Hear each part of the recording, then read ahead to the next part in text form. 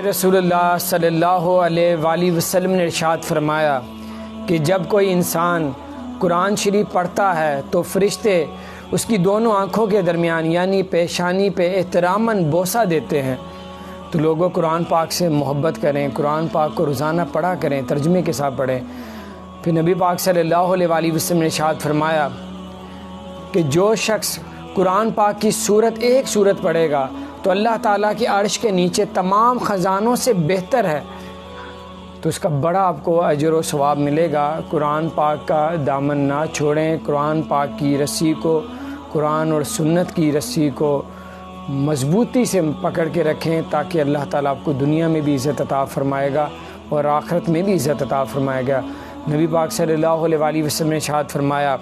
کہ جس شخص نے قرآن اور سنت پہ عمل کیا اس کو نہ کوئی گمراہ کر سکتا ہے،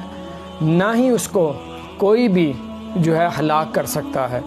تو اس لیے قرآن اور سنت پہ عمل کریں تاکہ اللہ تعالیٰ آپ کو دنیا میں بھی عزت عطا فرمائے۔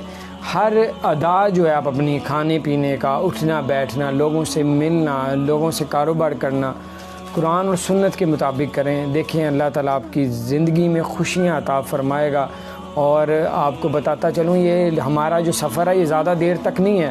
ہم لوگ قرآن اور سنت کے مطابق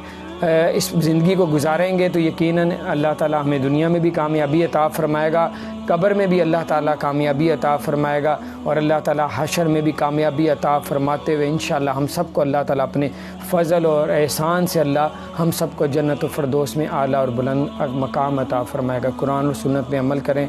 آج عمل کا موقع ہے، کوئی حساب نہیں، کل قیامت کا دن ہوگا، حساب ہوگا پر عمل کرنے کا موقع نہیں ہوگا۔